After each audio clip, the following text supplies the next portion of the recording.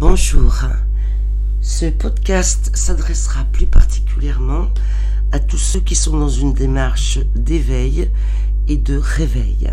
Aujourd'hui, j'aurais souhaité vous parler de l'illusion de la vérité. Qu'est-ce que je veux dire par là ? Ce que je veux dire, c'est qu'il n'y a pas de vérité, il y a des vérités. Chacun a sa propre vérité. Par exemple, si nous bavardons autour du sujet de la mort, certains diront « après la mort, il n'y a plus rien » et d'autres diront « après la mort, j'irai au paradis », par exemple. Alors là, nous voyons bien que la vérité est la polarisation de son contraire, le mensonge. Chacun croit sa vérité. Ce qui nous amène à considérer la notion de vérité équivalente à la notion de croyance. Mais c'est quoi une croyance ? C'est s'identifier à une idée, un concept, on se projette et l'on s'approprie une pensée comme vraie.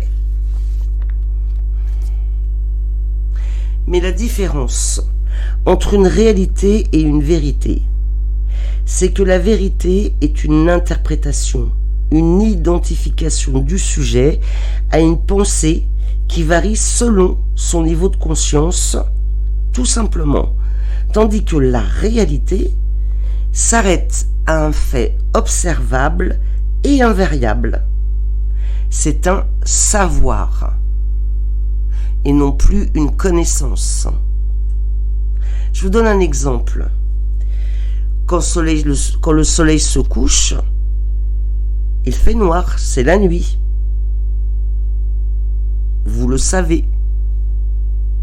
Mais pourquoi je vous parle de cette nuance entre vérité, croyance et réalité, savoir ?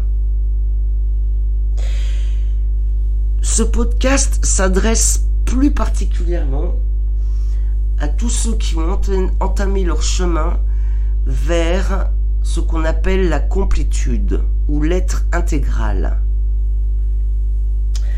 D'une manière plus commune, on l'appelle aussi l'ascension.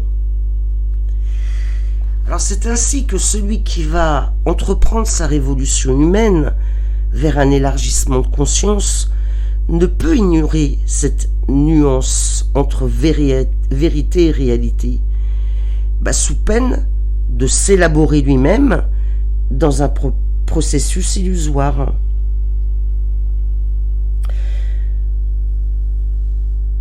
Par conséquent, celui qui veut s'éveiller à un niveau de conscience supérieur prendra l'habitude d'être vigilant à la nature de ses pensées.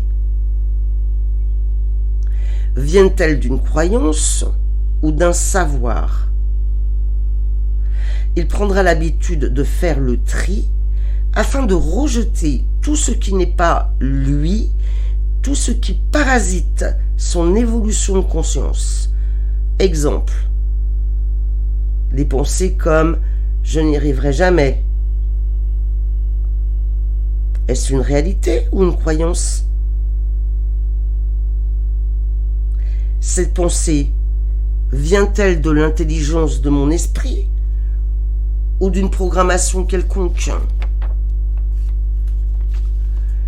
C'est ainsi que petit à petit, nous pouvons retrouver notre réalité authentique. Nous retrouverons notre authenticité, notre souveraineté en tant qu'esprit incarné à partir du moment où nous avons pris l'habitude de faire le tri entre nos vraies pensées, qui viennent donc de notre esprit, de notre intelligence, ou des pensées dites parasitaires, c'est-à-dire des croyances.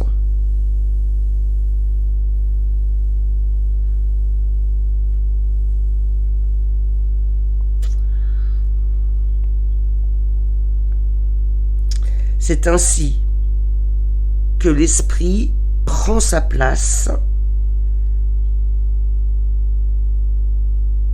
C'est ainsi que la conscience du mental supérieur peut fusionner avec l'ego. L'ego, c'est-à-dire le mental inférieur.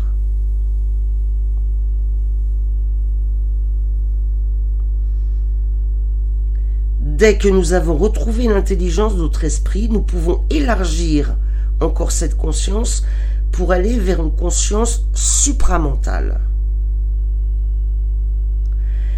C'est quand nous sommes capables d'être en parfait équilibre entre l'intelligence de l'esprit et l'amour inconditionnel, c'est-à-dire l'amour que nous nous portons à nous-mêmes, mais aussi dans le rapport aux autres.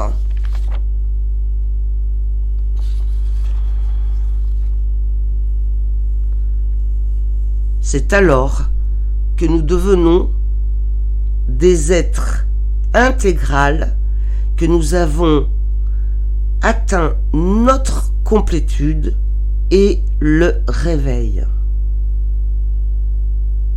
À quoi ça sert? Ça sert à être libre. Ça sert à connaître la véritable liberté. Ça sert à devenir créateur, magicien de notre vie, car à ce moment-là, nous savons. Bien évidemment, ce processus ne peut pas se faire en quelques semaines. En réalité, c'est un travail de toute une vie. Mais beaucoup ont commencé ce processus dans l'humanité. C'est inévitable. L'humanité va vers un élargissement de conscience, vers une évolution, et ceci est un principe de vie fondamental. Rien ne pourra l'arrêter.